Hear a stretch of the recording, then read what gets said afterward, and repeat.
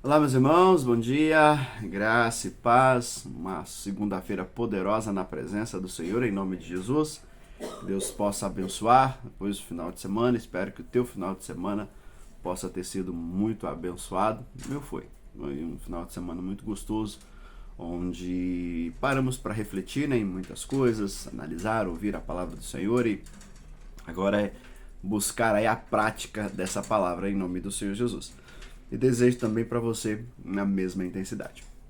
Final de semana, nós tivemos aí os devocionais com a Rebeca, muito gostoso, muito abençoado, onde ela trouxe um pouco da história de Ezequias, né? Tudo aquilo que Ezequias faz, como Ezequias se comporta, como ele age, até mesmo no final do capítulo 21, onde vem uma palavra um pouco mais dura, ou mais dura, já uma profecia, ele reage de uma forma, vamos pensar, não simplesmente tranquila, mas entendendo que Deus tem a direção.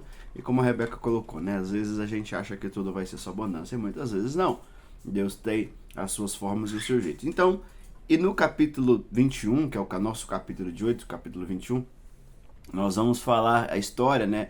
O texto conta a história do filho de Ezequias e do neto de Ezequias, né? Vai falar de Manassés e vai falar de Amon. E é interessante a gente pensar, porque quando a gente vai lá para o versículo 19 do capítulo 21, diz assim, olha, Amon tinha 22 anos de idade quando começou a reinar, e reinou 2 anos em Jerusalém. O nome de sua mãe era Mesulemede, filha de Arus, ela era de Jotbá. Aí o versículo 20, ele fez o que o Senhor reprova, como Manassés, seu pai. O versículo 21, imitou seu pai em tudo. Amon, né? Amon, ele segue o exemplo do seu pai Manassés. E a pergunta que não quer calar, irmãos, a pergunta que de repente mexe com o nosso coração: por que Manassés não seguiu o exemplo do seu pai? Amon segue o exemplo do seu pai, mas o seu pai não seguiu o exemplo do seu avô. E então nós vemos como que as situações acontecem, que a vida são as escolhas, e as escolhas são muito pessoais. Não posso fazer escolha, vou escolher isso aqui por causa, já que me fizeram isso, eu vou escolher isso então. Sabe aquela ideia? Já me chatearam muito, eu vou tomar veneno.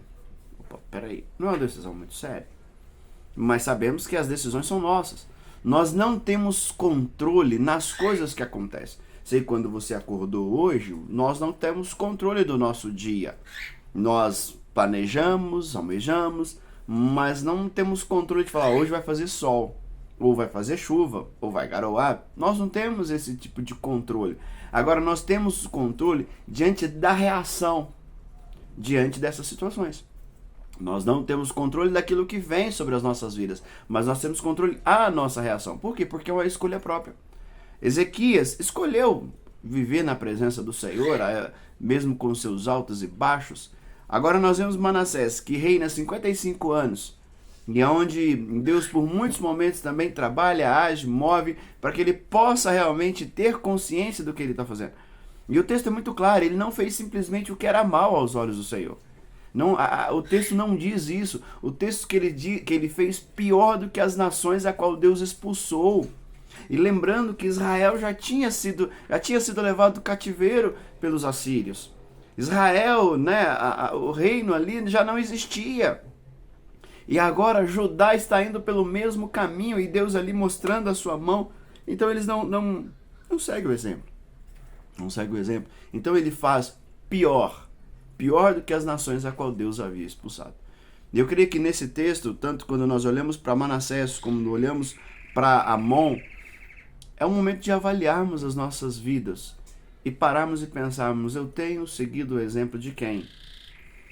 Porque às vezes nós queremos seguir o exemplo de Cristo, mas para seguir o exemplo de Cristo eu preciso estar com Ele a cada dia, buscar viver a vontade dEle, porque não é, irmão, só ouvir, não é só ler, não é só fazer o devocional. Nós precisamos começar a orar o seguinte detalhe: Senhor, como eu pratico a Tua palavra?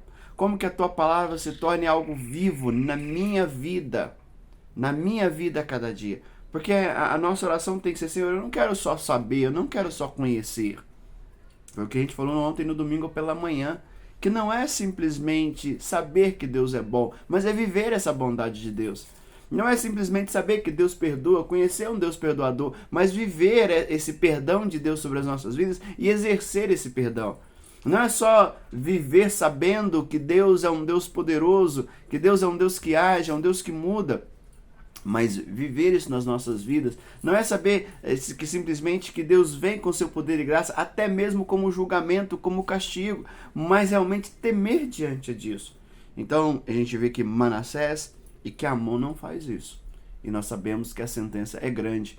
E nós vamos ver que a sentença não vem só sobre eles, mas vem sobre toda uma geração, vem sobre toda uma nação.